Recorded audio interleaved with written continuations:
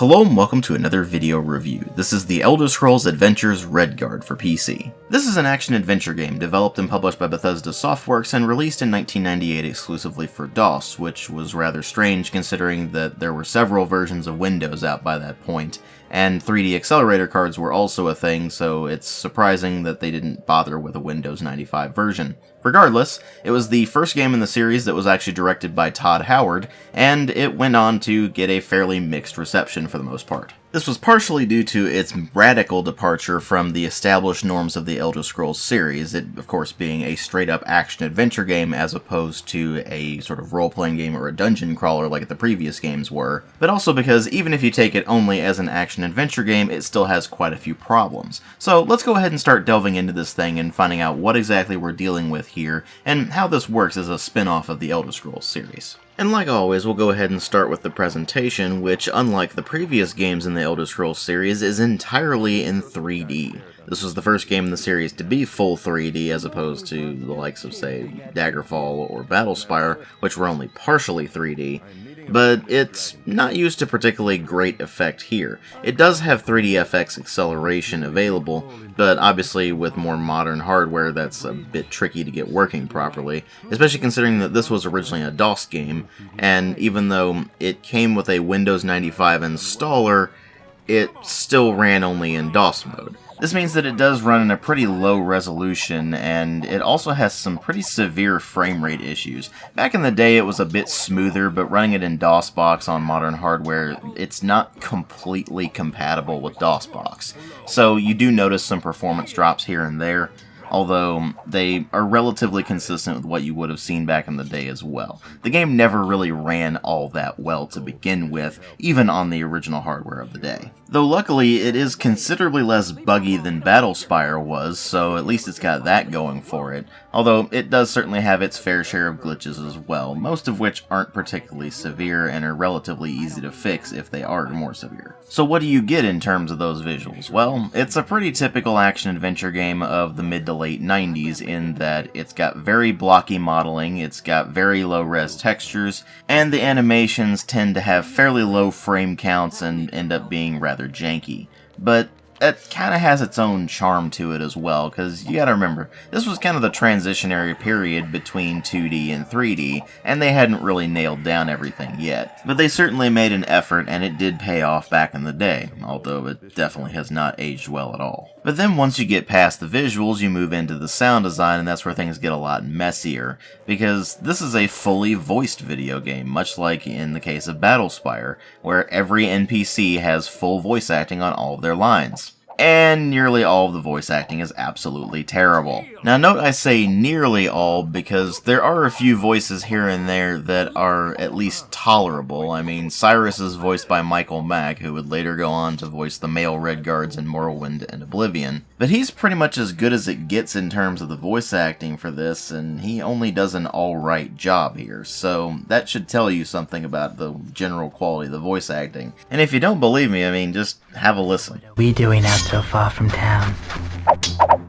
The prey in his paws has soon parted, my friend. Cyrus, this one is Nagasta, the necromancer of Stros Magai. Have we met?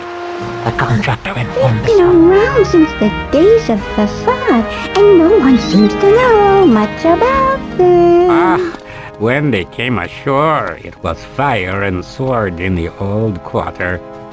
As you can see, the voice acting doesn't exactly inspire confidence, and when you get to the rest of the sound design, at best it's pretty serviceable, and at worst it has a few oddities here and there. Some of the sound effects don't exactly fit, but most of them work okay. And the music itself is definitely fitting for a sense of high seas adventure, except that it has a lot of repeating tracks that eventually start to get pretty annoying. But the real sticking point of the sound design is definitely the voice acting, so once you get past that, everything else is at least tolerable, although, much like the visuals, a lot of it has not aged very well. But of course, what really matter here are the story and the gameplay. The story in this is that you play as a guy named Cyrus who starts out trying to find his sister who's gone missing. But of course, you're not told that until nearly the end of the intro cutscene, which is actually a very long intro cutscene, which gives you a fairly detailed recounting of what happened at the end of the Second Era when Tiber Septim was ultimately trying to create the Third Empire and ended up conquering Hammerfell. You may think the idea is to give you some background information so you know what kind of world you're wandering around in, but no, it's actually all very relevant to the actual plot of Redguard, because even though the plot itself starts off with him just trying to find his sister, it gets a lot more complicated than that once you actually arrive on the island of Stros Mackay and actually get introduced to the governor and several of the other NPCs that you'll be interacting with throughout the course of the game. And while that complexity of the story and its impact on the Elder Scrolls lore as a whole is actually a fairly welcome addition to the franchise, it also comes with a pretty nasty problem of being told in one of the most boring ways imaginable. Mostly exposition dumps from not very well voiced NPCs. You see, people are more willing to put up with something like that in the likes of, say, Baldur's Gate or Planescape Torment, where the dialogue is a lot more interesting, and you're not dealing with really crappy voice actors most of the time. Most of the time in this, you're dealing with voice actors who very much over-exaggerate things, or they're obvious amateurs trying to do something that they're really not capable of doing. So regardless of the additions to the lore of the Elder Scrolls series, it doesn't really matter as much in the long run, because most of that ends up falling completely flat on the player, because the player is just not really interested in hearing it from most of these NPCs. Not just because the voice acting is bad, but also because the dialogue itself is not so good. Now, most of the dialogue is at least somewhat acceptable, but there are quite a lot of headache-inducing lines that make you just go, really? Why are you talking like that? And it just ends up detracting from the experience as a whole. So even though there is quite a lot going on in terms of story and quite a lot going on in terms of lore, the way the game tells you all this information is simply uninteresting. And that wouldn't necessarily be a major issue if the gameplay itself were capable of compensating for the issues with the storytelling. But unfortunately, it's not. Because what you have here is actually a pretty crappy Tomb Raider clone. And those of you who've only played the more recent Tomb Raider reboot games will not necessarily understand how much of a problem that is, because the controls in the original Tomb Raider were garbage. Movement was very clumsy and awkward in that game, and that extends over into Redguard as well. The camera is almost always directly behind Cyrus, but it's not at a reasonable distance from where he's standing, so a lot of the times you actually won't see what you're actually trying to do until it's too late. And unlike a more modern game where you would be able to move the camera around to be able to see exactly what you're doing and where you're going, you can't do that in Redguard. It's always locked in that position until you draw your sword, in which case it's supposed to zoom out a bit and go to a bit more of an isometric perspective where Cyrus is able to maneuver a bit more easily. But sometimes it doesn't do that either. Sometimes the camera glitches out a bit and remains in the directly behind him stance, making it very difficult to actually do the combat. Even aside from camera issues, you have some very odd eccentricities with the controls, which you can sort of get used to, but still constantly get in your way. For example, there's a very noticeable input delay between when you press a button and something actually happens. I actually lost count of the number of times this caused a problem when I was playing the game, because I would very often miss jumps, or I would just kind of run off a ledge instead of actually jumping even though I pressed the jump key, or I'd try to run away from an enemy, but because the controls are so awkward and stiff, then I would end up getting hit by that enemy anyway because I just couldn't get out of the way in time. And it's not even just the movement commands that have this problem, the combat commands have it too, where you'll press a button to attack and sometimes it'll attack and sometimes it won't.